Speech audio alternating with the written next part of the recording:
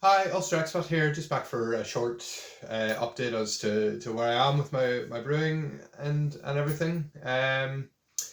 It's really pretty rank day in Edinburgh here today. I don't think it's pretty much not stopped raining for the last 48 hours, which is a bit depressing.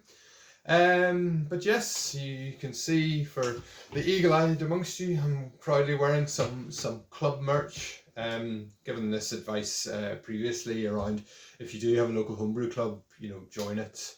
Um, Gives you a sense of community, gives you access to beer mad people that you can natter on to about beer without the fear of them getting bored. So yeah, but I'm an active member of my club. We meet every last Wednesday of every month in one of the local pubs in Edinburgh. And yeah, we have a small web store, so I've managed to get our club logo put onto this hoodie, which is quite apt for this time of year because it's bloody freezing down in the garden room. But yeah, so um, yeah, can't say enough about joining your local club. We're in the process of actually, well, I'm in the process of, I'm being voted president for better or worse this year, and I thought it'd be good to instigate a club away day. So we're in the process of arranging that. Another good plus side of having a beer club, you can arrange trips away. I know the brew tubers go to the London Craft Beer Festival every year. Now that I'm a bona fide brew tuber, perhaps I might get along to that. But in the meantime, yeah, we're hoping to get away in the new year and down to Newcastle, short hop on the train. For a day's drinking and an overnight stay, but still in the early stages of planning. Got to get announcements out to the rest of the club members. But yes, another benefit really of joining a club. So what have I been up to brewing wise? Well, I'm actually in a really unusual position of having an absolutely full keezer, full to the brim. I think during the last one of these videos, I was explaining that I was going to make cider. So did that a few weeks ago. The cider is currently conditioning in a keg in the keezer.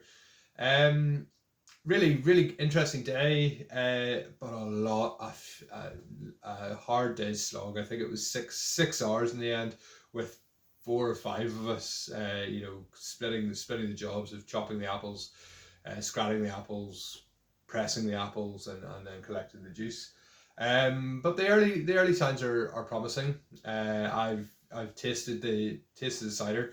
I've said this before. I think cider really benefits from extended aging. So, the jury's still out as to what it's going to end up like. This was made at the beginning of October, or maybe middle of October. And I'm not really going to touch it until Christmas, so I'm going to let it like round out and see. But certainly, I can taste a little bit of difference in terms of the quality now, since it's like freshly pressed juice rather than getting juice from the supermarket. So that's good. Other things I have in my keezer, I have my competition lager, which is going into the Scottish National Homebrew Competition at the beginning or mid of January. Not going to say any more about that. And I also have, believe it or not, a Brut IPA. So brewing like it's 2018. And actually, do you know what? I'm going to take a little bit off now and maybe discuss it a little bit. So you just bear with me, make sure I'm on the right tap.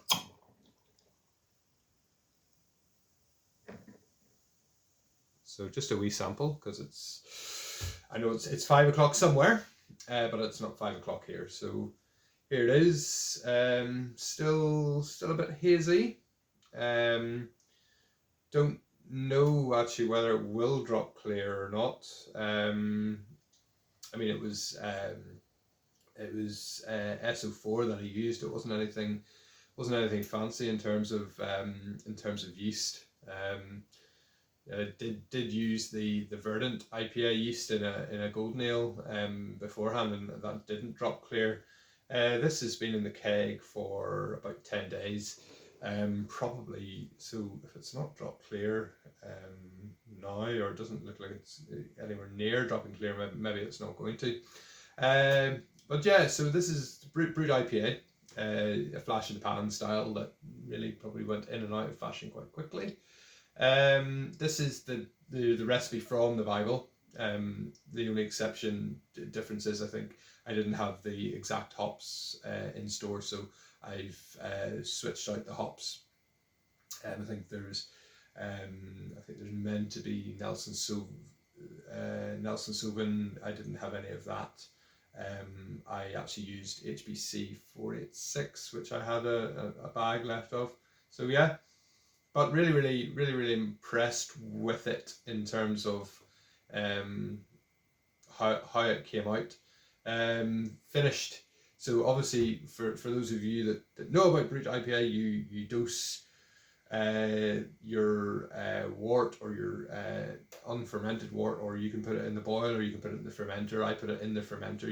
You dose your wort with an amylase glucosidase or something, an enzyme anyway that breaks the unfermentable sugars down to fermentable sugars, therefore meaning that it will ferment out a lot further. So normal beer, a dry beer might finish at 1.008 final gravity. This bottomed out at I think about 1.000 dead. So it is dry.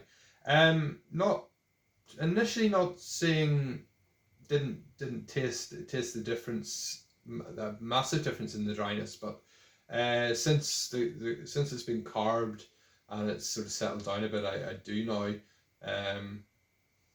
Lovely. I mean, it's heavily dry hopped, so there's a lovely sort of that citrus, passion fruit, mango aroma off it. Bit of pineapple. But yes, really nice on the nose. With the taste,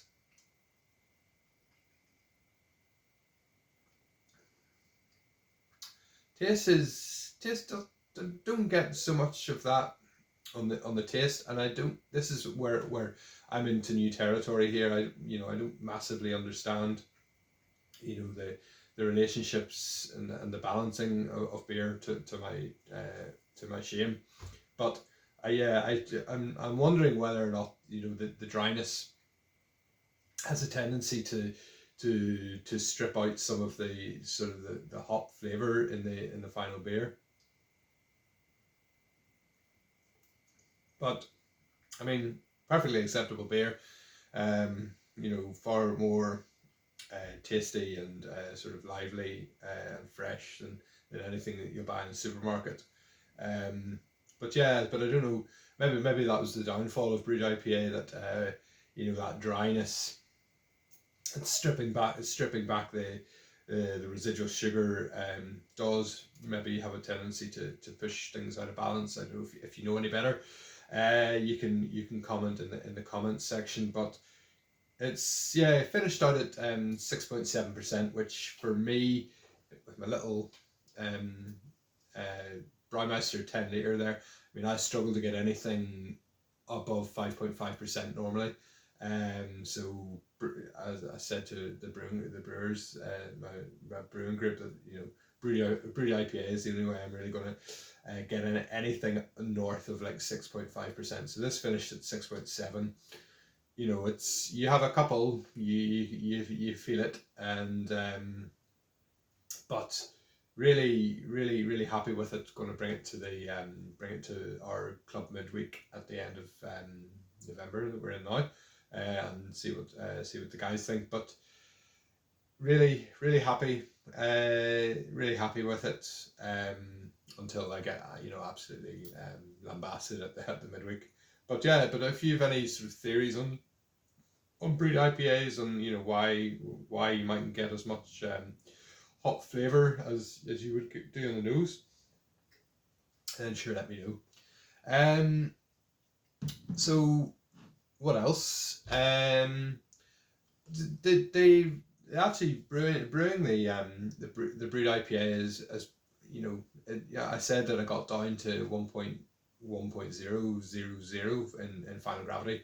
So but obviously with the use of the enzymes, got me thinking, like, I'm constantly having this problem, and perhaps maybe people can give advice where, you know, I'm making, pretty standard beers. As I said, I don't make anything, don't do high ABV beers on that machine unless I do reiterated mashes or things like that. But where a recipe would normally say for me to usually get down to 1.0008 or 1.010 or 1.012 even, I really struggle to get down there, and I'm at a bit of a loss as to what to do.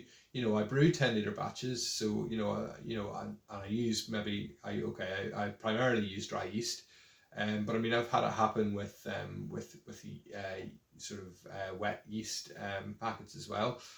And as I said, I'm not hitting high ABVs, but I'm constantly 2, 3, 4, normally about 4 points above where I want to finish. So if for example, for a recipe that would say I would finish at 1.008, I will finish at 1.012, or 1.010, I will finish at 1.014. You get the picture.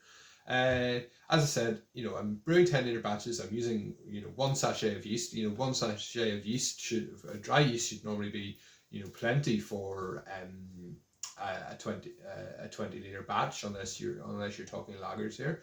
But yeah, so let me know what you think. I'm beginning to think. I mean, there are easy things that I can do. So I can start using yeast nutrient, which I haven't done yet. So again, that's probably a no-brainer. It can't hurt to put a bit of extra yeast nutrient in. The other thing I've considered doing, which I was probably going to get round to at some point, would be to do some sort of yeast starter to get the yeast cells, the number of yeast cells up. But again, because I'm only brewing 10 litre batches and dosing with a sachet of USO5 or whatever, I sort of thought that that problem of potentially having too few viable yeast cells would not have been an issue. So I don't know whether anybody can shed any light on why, or give me some ideas of what I might be doing wrong. But yeah, I mean, I even went to the extreme of buying a new more accurate hydrometer, because I thought that my hydrometer was faulty.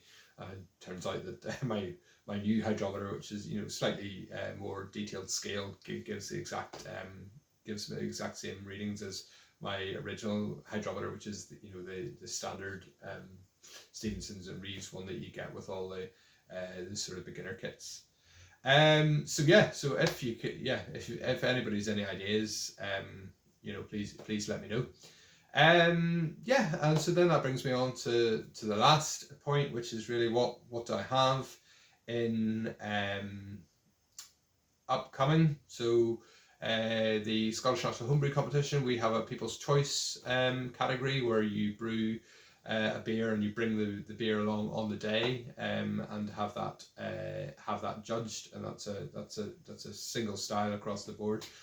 So that's been voted from the club members as a Scottish heavy, or a Scottish 70 shilling is the other way to put it. So the grain for that is up there, and since it's with the winter time, I thought I would indulge again with another dark beer. So I have another dark beer, which is a chocolate, vanilla, and coffee.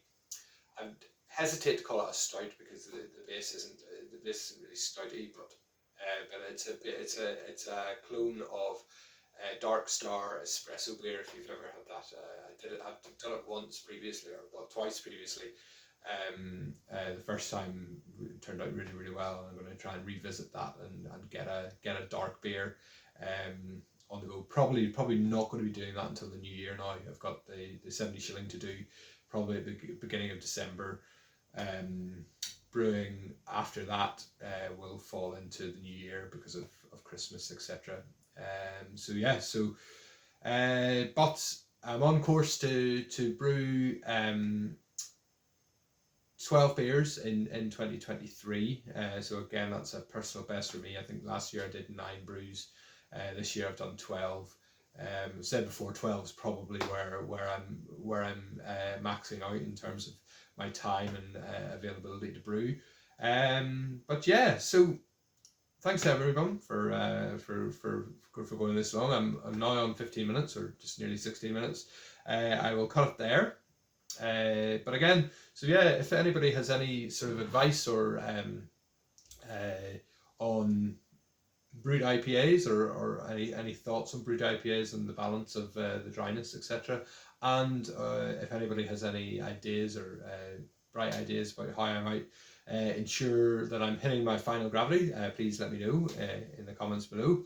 And yeah, I will probably not do another video before Christmas. That sounds a bit crazy to say this early on, so if I don't see you before then, happy brewing and a happy Christmas to everybody when it comes. That is ridiculous saying that on the 15th of November. But anyway, cheers everyone. Bye.